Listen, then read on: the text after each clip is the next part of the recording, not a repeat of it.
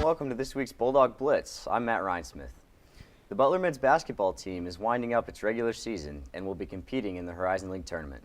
Reporter Becca Bornhorst says the season has had plenty of ups and downs, but the Bulldogs appear to be peaking at the right time. The Butler basketball team may not be the most consistent, but there is still hope that the Dogs will fight their way into March Madness. Butler is currently tied for third place in the Horizon League standings and has only 2 games left before conference tournament begins. Head coach Brad Stevens has seen a lot of improvement throughout the season and has faith that the young squad can make a run. We still have a long way to go, I hope, and I hope that we can continue to make strides. We've scored it better 2 out of the last 3 games. We've shot it better 2 out of the last 3 games. Now, if we can take care of the ball better and combine that with good defense, then I like where we can head. The last 2 regular season contests could very well have an effect on what seed the Dogs get in the tournament. We just need to seed as well as we can so that we can prepare to play. You're most likely going to play 3 games or 4 games in 7 days if you want to have a chance to win it. So the other factor that you have to think about is making sure your guys are rested and ready to do that. Senior point guard Ronald Norred knows his team is still capable of finishing out the season strong. We can go as far as we want to go. As far as we put the work in, put the time in, put the effort in, I think we can go as far as we want to go. I really do. The Horizon League tournament will begin on February 26th. For the Bulldog Blitz, I'm Becca Bornhorst.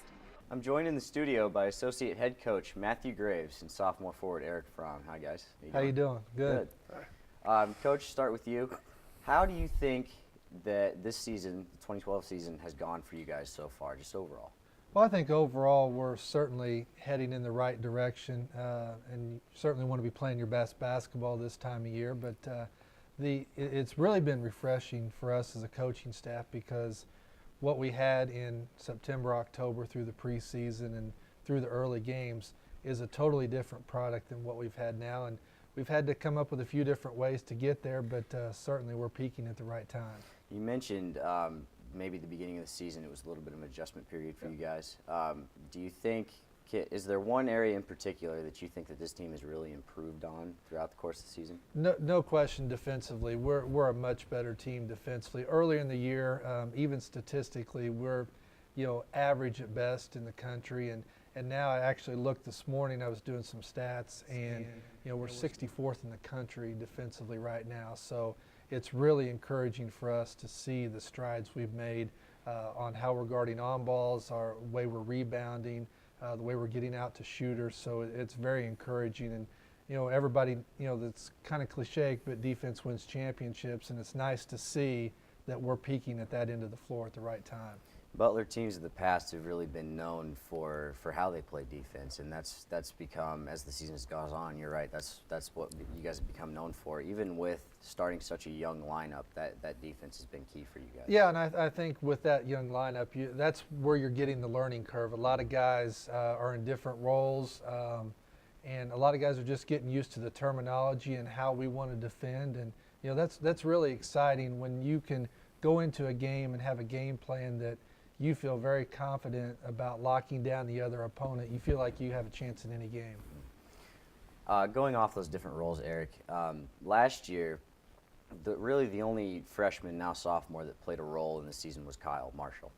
And this season, it's been all 3 sophomores in the class. Can you kind of talk about the way that you guys' roles have expanded throughout the course of the season? Well, last year, Kyle was a big part of our team, especially in the tournament with all of his offensive rebounds. I think he might have led the whole tournament. But over the summer, Krishan and I worked out pretty hard together, and we spent a lot of time in the gym because we wanted to be contributors on the team this year. So coming in, we have 7 new guys, and not saying that we've been here for a long time, but the 3 of us knew that we needed to kind of become a little bit of a role model for the younger guys, and so I think that's the biggest way that our roles have changed from last year. Whether it's off the bench or most recently you guys have been starting, both you and Hopkins provide some offensive firepower, and as well as being proficient on the defensive end.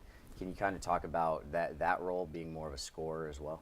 Well, I had talked to Coach Stevens, and we had decided that I needed to be a little more aggressive and just kind of play, and I think that was my problem in the past, and I think it was for Krishan too. And Coach Stevens talked about how he's going to view Krishan's game as free throw attempts and versus turnovers. So he's trying to get Krishan to get to the hoop and get some fouls, and I think that really helps our team because when he penetrates, it really opens up a lot. And when he does that, then people leave me, and I'm standing there wide open, so I get a chance to knock one in. This year, with such a young team, it's obviously been, for the upperclassmen, it's been a year in which they needed to kind of take control and show the younger guys what Butler basketball is all about. So I thought senior Ronald Norred has really taken a leadership role. Can you kind of talk about that a little bit? You know, Ron's been terrific. He's one of the best leaders that, you know, I've ever seen in my short tenure as coaching. And he does a great job not only leading by example, but the way he speaks and talks to the other guys is tremendous. And then, you know, you've got Garrett Butcher, another senior, who unfortunately through various injuries has not been able to contribute on the court as much as he would hope. But, you know, the one thing that, you know, I appreciate about Garrett is in practice and things like that, he's always talking to guys. And, you know, he's also an extension of the coaching staff. And, you know, when Ron's out there playing, Garrett, you know, you'll see Garrett come over and talk to Ron about what he's seeing on the court. So out of those two seniors, that's really encouraging to see. Norred's calling card maybe for the past 2 seasons has been his outstanding defense, but this season he's kind of expanded his role to be more of a scorer and more of a, like Eric said, a little bit more aggressive on the offensive end. Yep. You know, he's done a good job of trying to balance that. And, you know, he did not shoot the ball well in the last game, but the great thing, you look at his stat line, he's got 9 assists. So as a point guard, if you're defending the other team's best player, which he does a lot of times on the perimeter, and then he's getting 8, 9, 10 assists a game, getting others involved like Eric on a pick and pop or penetrate and kick to Krishan where he's able to drive and make another play. Those are the things that first and foremost we want Ron to do. And then last will be his options to score the ball. But if he's defending and getting others involved with his assist making, you know, that's a great start for us right there. It seems like he's always the one diving for a loose ball or making all the hustle plays out there for you guys. Well, you know, I don't know if he makes all of them, but it's certainly the nice thing about it is he leads that charge. And when you've got a 4-year starter as a senior leading that charge and getting on the ball first, that's contagious, and it carries over. And it carries over when he's out of the game and he's up cheering.